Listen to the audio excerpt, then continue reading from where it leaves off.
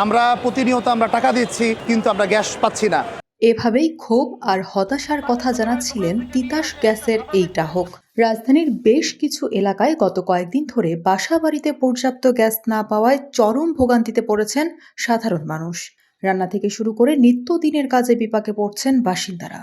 গ্রাহকদের অভিযোগ, গ্যাস না থাকায় অনেক পরিবার বাধ্য হয়ে বাইরে থেকে খাবার কিনে খাচ্ছেন। কেউ কেউ আবার রুটি আর কলা খেয়েই দিন পার করছেন। এই পরিস্থিতির প্রতিবাদে বুধবার বিকেলে রাজধানীর কারওয়ান বাজারে তিতাস গ্যাসের ভবনের সামনে মানববন্ধন করেন মোহাম্মদপুর, আদাবর সহ বিভিন্ন এলাকার বাসিন্দারা। তাদের একটাই দাবি, নো গ্যাস নো বিল। মোহাম্মদপুরে কোনো গ্যাস আসেনি। আগে তাও রাত 2টার সময় 3টার সময় গ্যাস আসতো, কিন্তু আজকে ভোর 5টা পর্যন্ত কোনো গ্যাস আসেনি। এই মানববন্ধের প্রতিপাদ্য ছিল নো গ্যাস নো বিল। আমরা বিল দিতে চাই, আমরা সরকারকে ট্যাক্স দিতে চাই, নো গ্যাস নো বিল।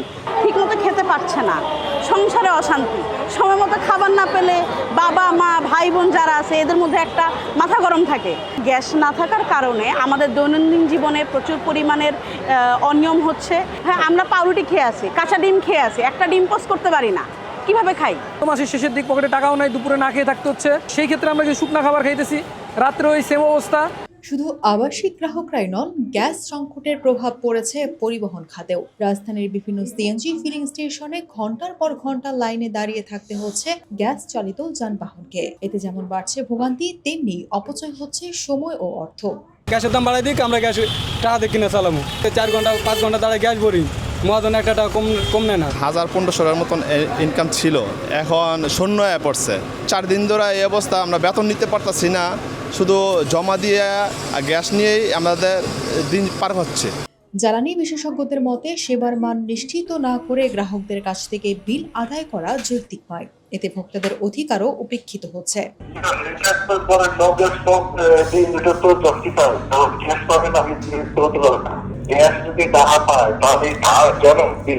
সংশ্লিষ্টরা বলছেন, এই সংকট কাটাতে দ্রুত কার্যকর পদক্ষেপ নেওয়া জরুরি।